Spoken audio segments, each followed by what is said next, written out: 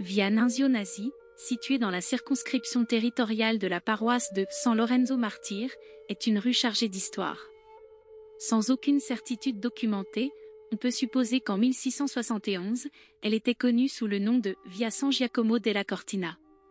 Mario Sereno l'a écrit en se référant à un itinéraire des groupes statuaires des Misteri de cette année-là. Elle prit ensuite le nom de San Lorenzo della Cortina. Avec le temps, elle est devenue Via della Cortina. De même, il n'y a pas de preuve concluante sur le terme Cortina. Francesca Garziano écrit cependant qu'il existait la Porta Cortina, ainsi appelée parce qu'elle s'ouvrait dans une partie des murs de la ville protégée par un rideau. Elle permettait d'accéder à la rue du même nom après l'avoir traversée. Même avant le début des années 1900, elle était ballatata, pavée de pierre dure locale. En effet, dans la Rivista Generale del Ferrovie e dei Lavori Pubblici du 9 mars 1902, il est fait mention de la reconstruction de son pavage. Vers 1930, elle a été pavée et les 2 trottoirs ont été construits. En 1950, elle a été baptisée du nom de l'homme politique de Trapani, Nunzio Nasi. Au fil du temps, elle s'est vidée de ses habitants, mais il reste quelques habitations datant du milieu du XVIIe siècle. Avec des escaliers d'accès très raides où l'on peut encore percevoir une atmosphère pleine d'odeurs et de senteurs qui laisse place à l'imagination quant à la vie de l'époque. De nombreux bâtiments sont des exemples de l'architecture sicilienne traditionnelle, avec des balcons en fer forgé et des façades décorées. Certains, datant du XIXe siècle, ont été restaurés afin de préserver leur valeur historique. De nombreuses activités d'antan n'existent plus, mais le charme de l'endroit demeure à travers les bâtiments historiques et les quelques commerces qui subsistent. Malheureusement, cette rue est aujourd'hui une rue comme tant d'autres, presque inconnue. Elle était autrefois pleine de vie et de sociabilité, un point de repère important pour la communauté locale, avec de nombreux ateliers d'artisans et des magasins qui servaient les résidents. C'était un lieu de rencontre pour les habitants du quartier, qui y fabriquaient principalement des produits liés au travail du corail, à la céramique et au fer forgé. Ces métiers étaient fondamentaux pour l'économie locale et représentaient l'habileté et la créativité des artisans de Trapani. Pour protéger ce qui reste, nous nous accrochons aux souvenirs et aux senteurs que l'on peut percevoir au cours d'un voyage dans le temps. La rue, qui part de l'Est, croise tout au long de son parcours un certain nombre de rues secondaires, riches en histoire de la ville. Via Dottor Antonino Turetta, 1847 à 1922. Médecin à l'hôpital San Antonio Abate de Trapani, il a accru au fil du temps sa réputation dans le monde médical grâce à l'importance des études qu'il a menées sur l'activité chirurgicale. Via Dottor Carlo Guida, 1879 à 1949. Chirurgien, scientifique, historien, maire de 1920 à 1923, il crée à Trapani la Lega Medica Trapanese, met en place une caisse d'assurance mutuelle pour l'ordre des médecins et des pharmaciens, crée et dirige la revue Bollettino Medico. Via dei Tintori, où l'on peut voir une petite sculpture de visage dans une niche, ce qui indique qu'au Moyen Âge, la rue abritait des ateliers artisanaux juifs, équipés pour la teinture des tissus. Via Giuseppe Verdi, 1813 à 1901. L'un des compositeurs et compositeurs d'opéra les plus connus de tous les temps, il a également participé activement, mais brièvement, à la vie politique italienne. Via General Domenico Giglio, 1855 à 1934. Il participe à la bataille d'Adua en Érythrée en 1896 et à la marche sur Rome du 28 octobre 1922. Il était commandant du 31e régiment d'infanterie à Trapani. Via General Enrico Fardella di Torre Arsa, 1820 à 1892. Membre du comité révolutionnaire anti-bourbonien, il participe en 1848 à la guerre de Crimée et prend part à la bataille de Balaclava. Il est commandant d'une brigade lors de la Spedizione dei Mille, puis maire de la ville de 1873 à 1879. C'est à son initiative qu'ont été construits l'arcade du Mercato del Pes, le Palazzo de Ali et la Caserma Vittorio Emanuele.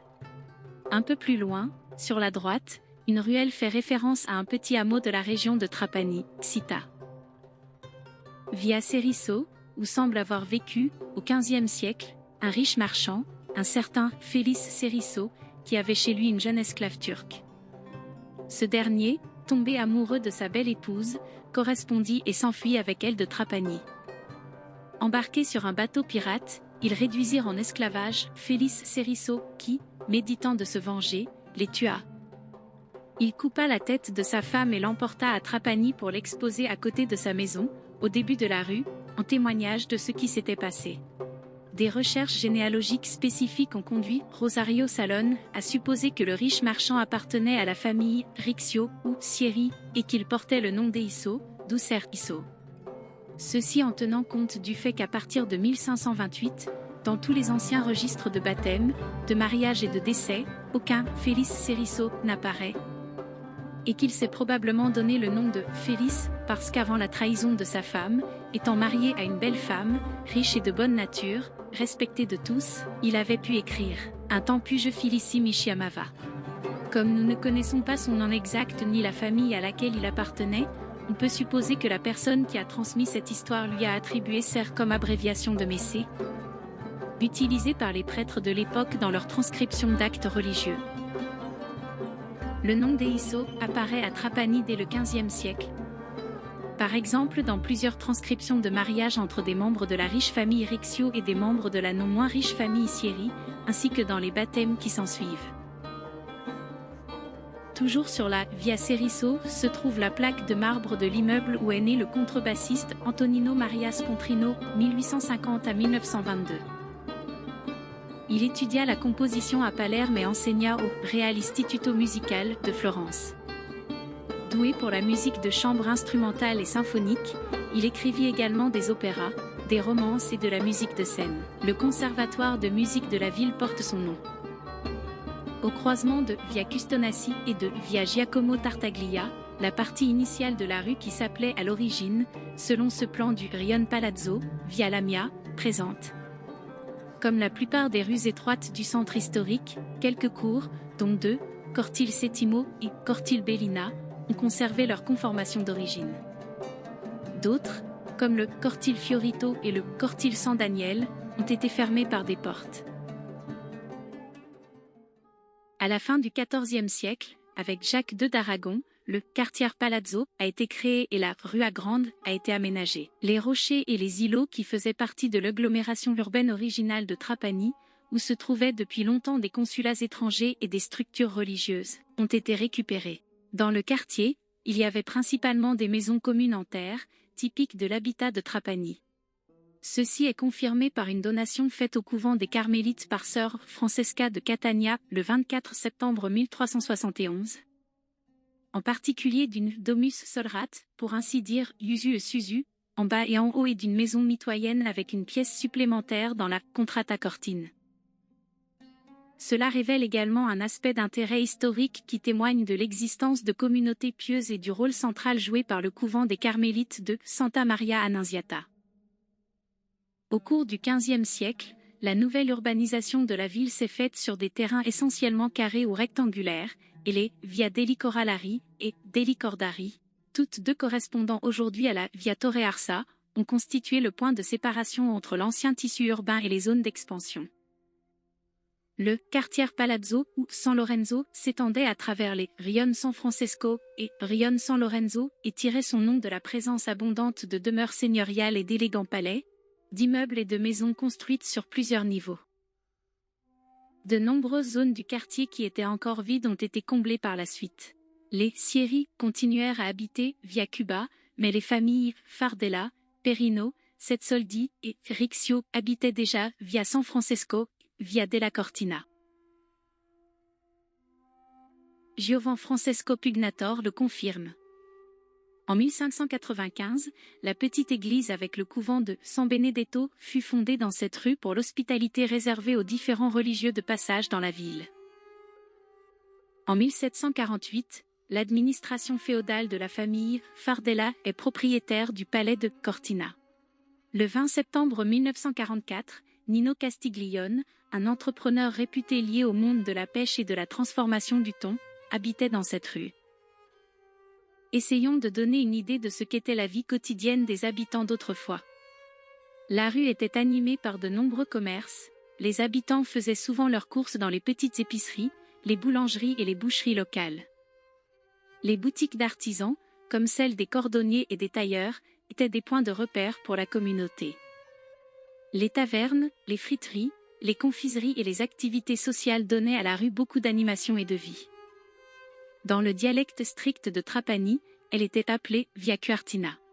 À l'époque où Nunzio Nasi était une personnalité politique de premier plan, la rue a accueilli plusieurs visites d'hommes politiques et de dignitaires, accompagnées de célébrations publiques et de discours. Elle a également été le théâtre de manifestations et de protestations, en particulier pendant les périodes de changement politique et social, reflétant les tensions et les aspirations de la communauté locale. La vie sociale était très active et les gens, étant donné la proximité de la rue à Grande, se rencontraient facilement dans les rues ou les cafés pour discuter des événements de la journée. Les traditions étaient très importantes. Les processions religieuses, les fêtes patronales et les foires étaient des moments de grande participation. La rue était le point central des célébrations de la Settimana Santa, attirant de grandes foules et comprenant des moments d'intense participation communautaire. À cet égard, Beppino Tartaro se souvient que M. Francesco Paolo Romano avait l'habitude de préparer un petit hôtel richement décoré de festons rouges pour la procession du Corpus Domini près de son commerce Casa del Vino, à l'angle de la Via Cortina et de la Via Tintori.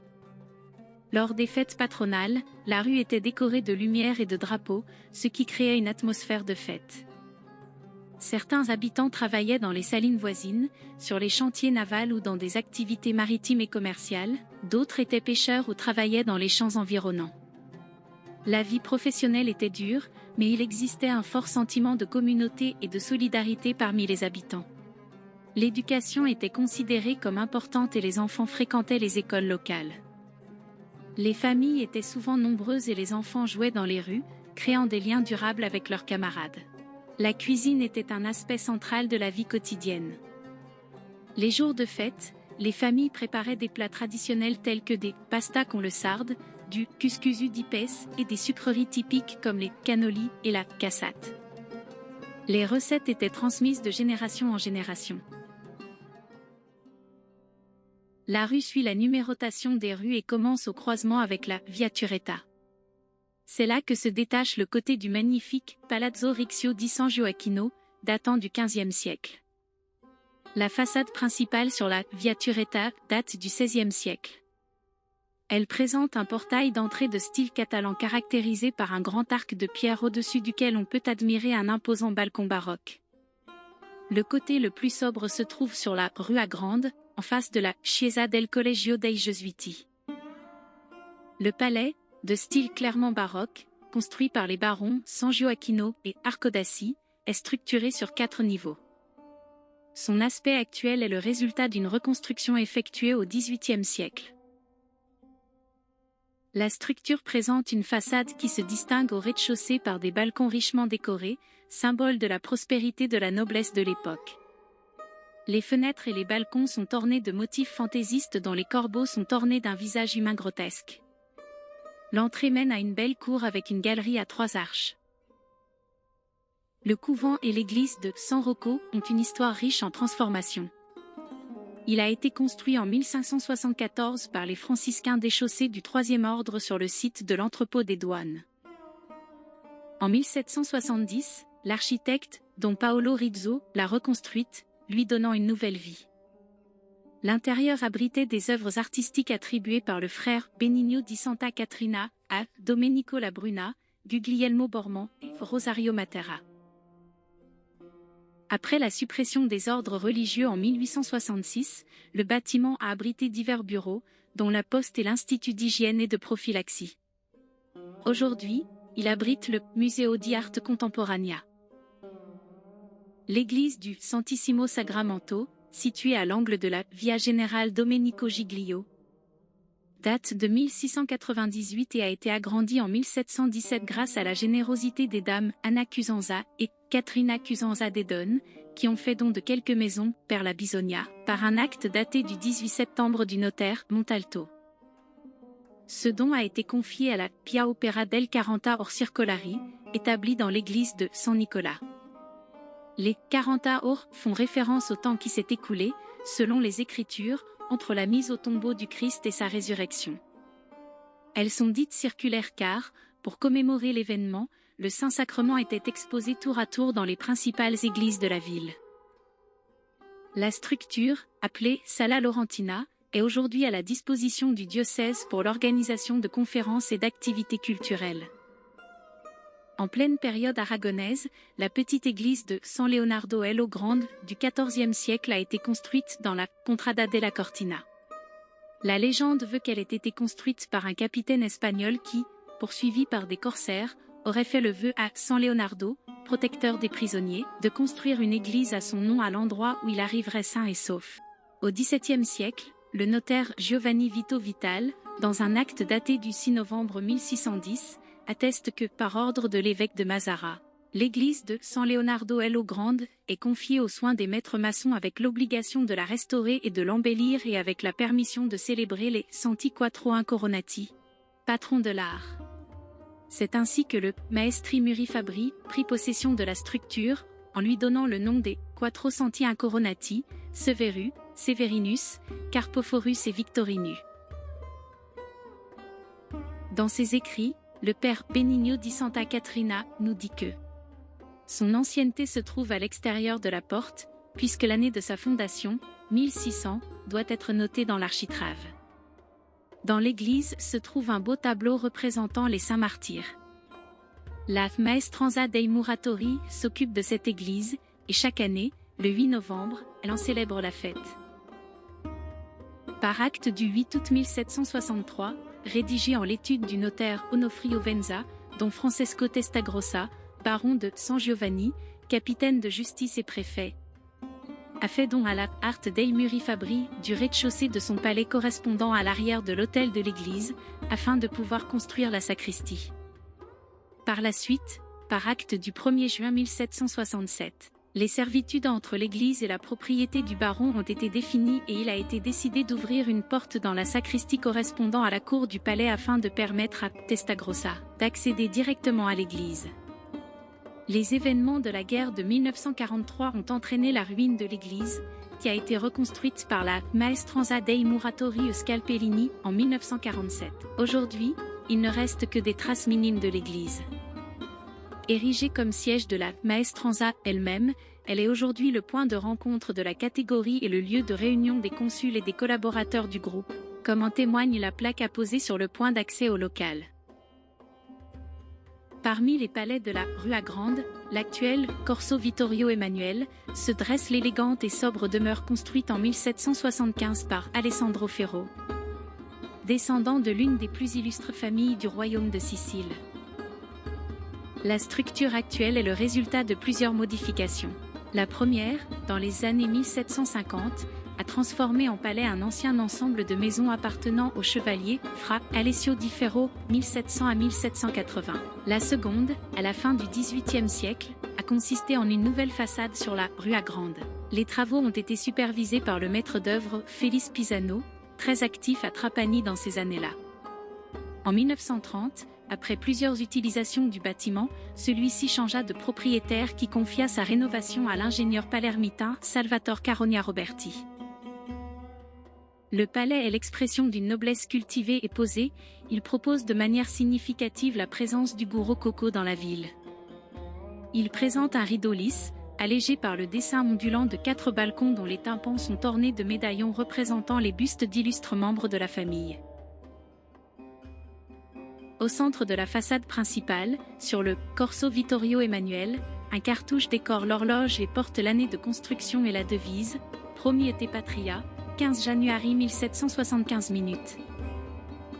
Le Palazzo di Alessandro Ferro possède une double entrée donnant sur une cour centrale avec un escalier médian et une terrasse avec un jardin suspendu. La principale, surmontée d'un grand balcon, donne sur la Rua Grande et est curieusement décentrée par rapport à l'édifice. Cela confirme qu'à l'origine le palais se développait symétriquement sur les deux côtés, puis qu'un incendie a détruit l'aile, dont on dit qu'elle était surmontée d'un beau jardin suspendu. L'autre entrée se trouve sur la Via della Cortina. La façade y est caractérisée par de larges pierres de taille plate entrecoupées d'un motif en spirale remontant à la Grèce antique. Turillo di San Malato, 1838 à 1910, grand bretteur. Créa à Trapani une école d'escrime qui devint rapidement célèbre et fréquentée par les rejetons de la noblesse et de la haute bourgeoisie de la ville. La salle d'armes était initialement située dans un appartement de la Piazza del Teatro, aujourd'hui Piazza Scarlatti, avant d'être déplacée dans la Via San Francesco de Assisi, puis dans la Via della Cortina. C'est là qu'il forma son fils Athos, 1868 à 1934 au noble art.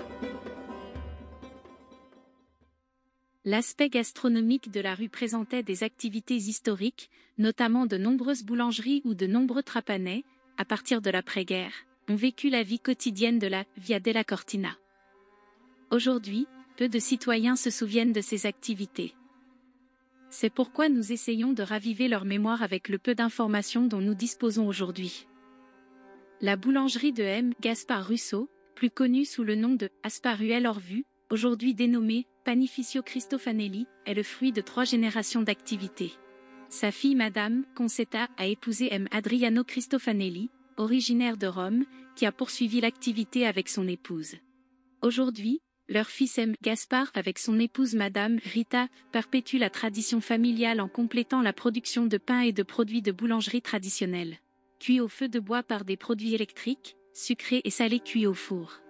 Le boulangerie de M. Romolo Cortassa, né à Naples, était l'une des nombreuses boulangeries historiques situées dans la partie initiale de la rue.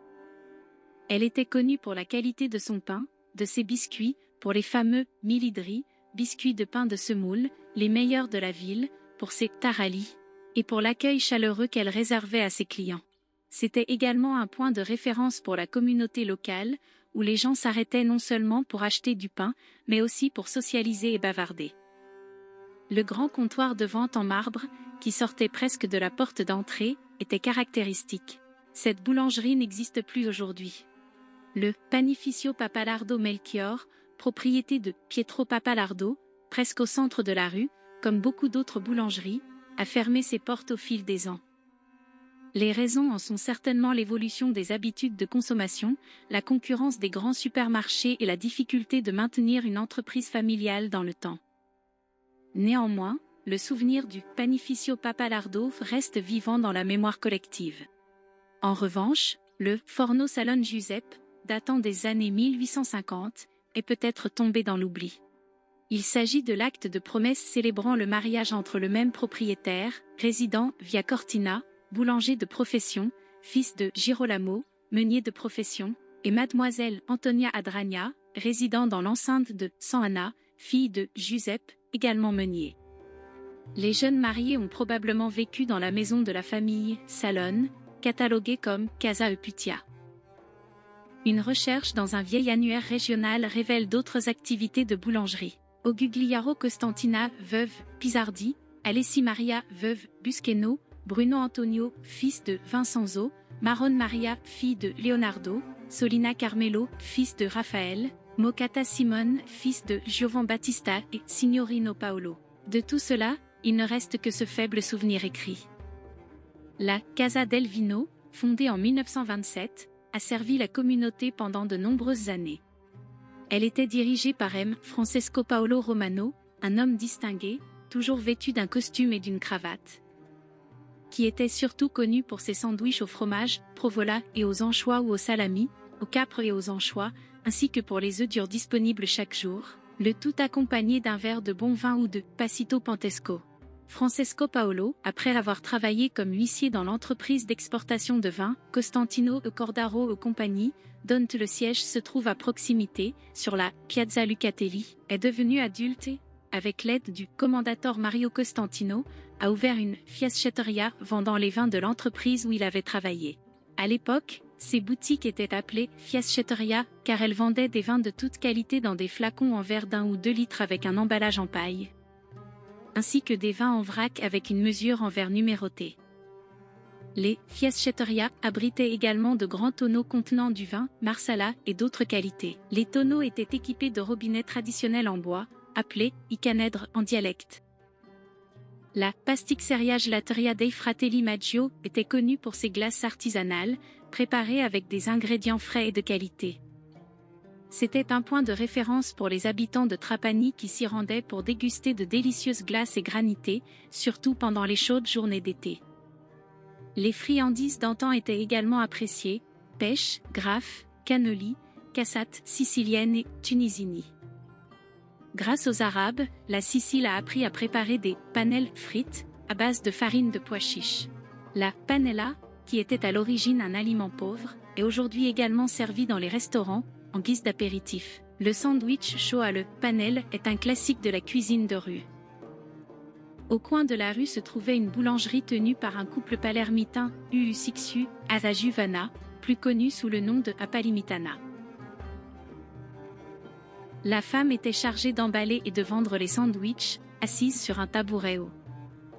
Pour chaque sandwich, elle demandait « Sali pepici uvoli ?» En attendant la réponse du client, elle en mettait déjà. À tout moment de la journée, un bon sandwich accompagné d'une panelle chaude et d'un croquet de pommes de terre apaisait la faim des élèves avant ou après les cours. Et des adultes qui se rendaient ensuite à la Casa del Vino. La pizzeria Michel Calvino est une institution gastronomique historique de Trapani. Elle a été fondée dans la Via Quartina immédiatement après la Seconde Guerre mondiale, en 1946. Michel Calvino a ouvert la pizzeria au prix de nombreux sacrifices, mais il a réussi à créer un établissement apprécié de la communauté. C'est l'un des rares commerces qui subsistent encore. Pour nous, Trapaniens, et pour d'autres, ces pizzas sont certainement candidates au statut de patrimoine mondial, et il n'y a pas un Trapanien qui ne se soit vanté de la pizza historique Arianata.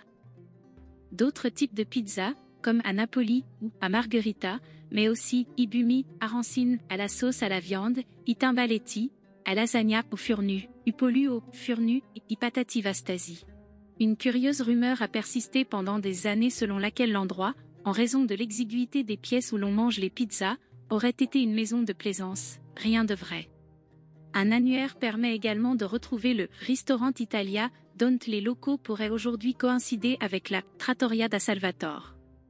De même que l'existence de la pâtisserie Salvatore Canolo, célèbre pour son grave con la ricotta, est probablement dû à un farceur qui ne cesse de se moquer des gens. Mais qui sait, peut-être n'était-ce que cela. Et encore d'autres commerces recensés dans le même annuaire. Le cordonnier Valenti Giacomino, le confiseur Marron, la Putia Strazzera, le boucher Bevilacca, le boucher Saluto à l'angle de la Via Ceriso, l'atelier d'appareillage électrique Costantino Spartaco. La liste des autres activités de nature diverse est longue, mais il est toujours opportun, et c'est surtout un motif de fierté pour les descendants, de ne donner qu'un minimum de détails. El Annuario dell'Industria o Commercio, Guida Generale d'Italia, de novembre 1946 indique la présence de ces entreprises. Istituto Nazionale dell'Assicurazioni Infortuni sul Lavoro, Garuccio Giuseppe, Ibarli, peinture et vernis et Bica Pietro, matériel électrique.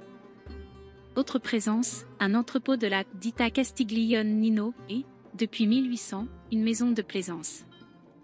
Enfin, Giacomino Martinez, qui habitait Via della Cortina au numéro 129, signale l'existence du siège du Partito Monarchico.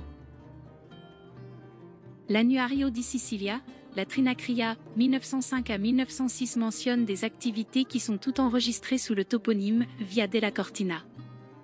Vivona Luigi, fils de Arcangelo, avocat, Messina Vincenzo, fils de Baldassare, avocat, Tambarello Michel, pharmacien, Rizzo Alberto, hôtel Posta, Stabile Antonia, café, Circo Sorel, magasin de chaussures, Burgarella Fortunata, veuve Zichichi, magasin de charbon, Rosano Francesco, tonnelier, Previti Giuseppe C, magasin de charbon, Costantino Mario, fils de Michel, commissionnaire et représentant, Giamarinaro Pietro, fils de Giuseppe, magasin de cuir, Uxello Filippa, veuve Salvo, épicerie, Campagnolo Antonino, fils de Gaspard, ferronnerie, Di Vita Vincenzo, fils de Gaspard, épicerie, Costantino Cavalier Mario, bois, Gambina Paola, fille de Vito, bois, Fontana Antonina, veuve Josué, mercerie, Sansica Maria Corso, mercerie, Campagnolo Giovanni, fils de Antonio, ferblanterie, Caracosa Leonardo, fils de Filippo,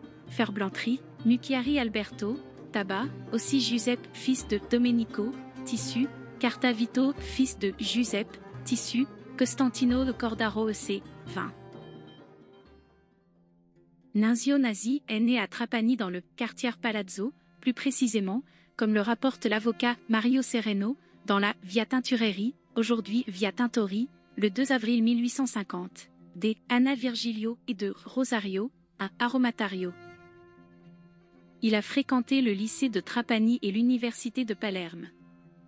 Il obtient une licence en droit en 1873 et devient enseignant à Rome.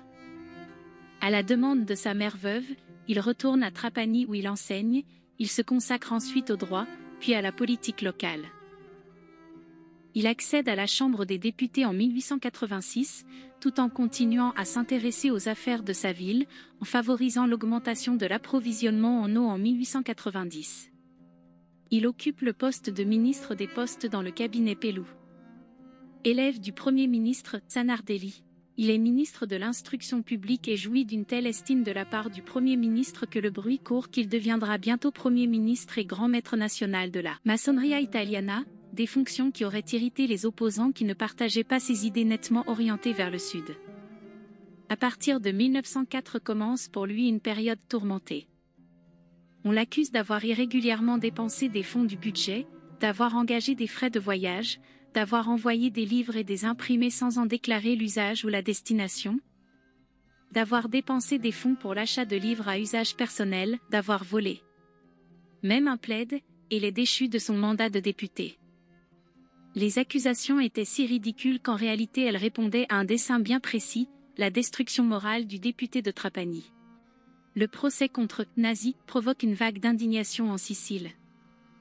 À Trapani, une protestation proche de la Révolution éclate. Une voiture postale portant les insignes de la maison de Savoie est jetée à la mer, tous les magasins affichent le portrait de Nunzio Nasi. Des drapeaux sont abaissés et des cortèges spontanés sont organisés dans les rues principales. Il est condamné le 24 février 1908. À l'expiration de sa peine, le 29 août 1912, il se présente à nouveau comme candidat à la Chambre des députés aux élections de 1913 dans les circonscriptions de Trapani, Caltanissetta, Modica et Palerme, où il est élu par plébiscite. Ce que Nasi demande, c'est de donner au Sud une place plus digne dans l'histoire économique et sociale de la nation. L'éclatement de la Première Guerre mondiale, puis la fin du conflit, ont fait voler en éclats l'illusion du développement industriel du Sud. La perte de certains marchés traditionnels pour l'économie de Trapani en raison de la crise économique de l'après-guerre et l'évolution vers des intérêts agraires de certaines familles ont conduit à l'effritement des positions de Nasiano. Après son dernier discours parlementaire, le 12 juillet 1924, il abandonne la politique. Il continue à vivre à Rome. Au cours de l'été 1935, il retourne en Sicile et séjourne chez des amis au sommet d'Eris. C'est là qu'il meurt dans la nuit du 17 septembre 1935. Au cours des dernières décennies, la rue a subi d'importantes transformations, bien que certains projets de restauration aient préservé son architecture historique. Certains bâtiments ont été transformés en structures modernes, mais des efforts ont été faits pour en préserver l'essence. Aujourd'hui, c'est un mélange de tradition et de modernité, avec de nouveaux magasins et restaurants qui rejoignent les anciens ateliers. Récemment, après une fermeture de la circulation automobile qui a duré 8 ans en raison de la construction d'un échafaudage et d'un tunnel piétonnier pour sécuriser un bâtiment qui menaçait de s'effondrer. Après de nombreuses protestations et une collecte de signatures, après les pénalités des années incluant le non-passage des groupes du Sacri Gruppi dei Misteri, l'enlèvement a eu lieu. Chaque jour, dès la fin de l'après-midi et tout au long de la soirée, la rue est traversée par l'odeur âcre des fritures de toutes sortes et le parfum enivrant du couscousu. Synthèse de la culture arabe et de la grande expérience gastronomique des Trapanais qui ont réussi à transformer un plat à base de semoule en un plat savoureux et raffiné. Nkuxiatu Naak Sangrave Mafarada, enrichi d'épices, et cuit à la vapeur, Naak Sangrave Pignata Cuscuzu, est reposé sous une couverture de laine après avoir été abiviratu avec un riche bouillon de poisson, préparé séparément. Une valeur culturelle est également à noter, la présence de l'Auditorium Sala Laurentina, de l'ancienne église, Santissimo Sacramento, et du Museo di Arte Contemporanea San Rocco. Ce dernier présente une variété d'œuvres d'artistes locaux, nationaux et internationaux. Les expositions offrent un aperçu des tendances modernes de l'art et comprennent la peinture, la musique, la sculpture, la photographie et les installations multimédia. Le musée organise également des événements culturels, des ateliers et des conférences, ce qui en fait un point de référence pour les amateurs d'art et la communauté locale. C'est un lieu idéal pour découvrir de nouvelles formes d'expression artistique et s'immerger dans la culture contemporaine. Jusqu'en 2021, la rue abritait le siège de El Union Maestrans, au numéro 59. Aujourd'hui, cet organisme regroupe 22 associations parmi celles qui s'appelaient autrefois SETI, Mestieri, catégorie et est responsable de l'organisation de la Settimana Santa à Trapani. La présentation de cette rue a été l'occasion de réviser une page de l'histoire de Trapani. Via Nunzio Nasi, un parcours historique, sensoriel et culturel à parcourir, à vivre, à aimer.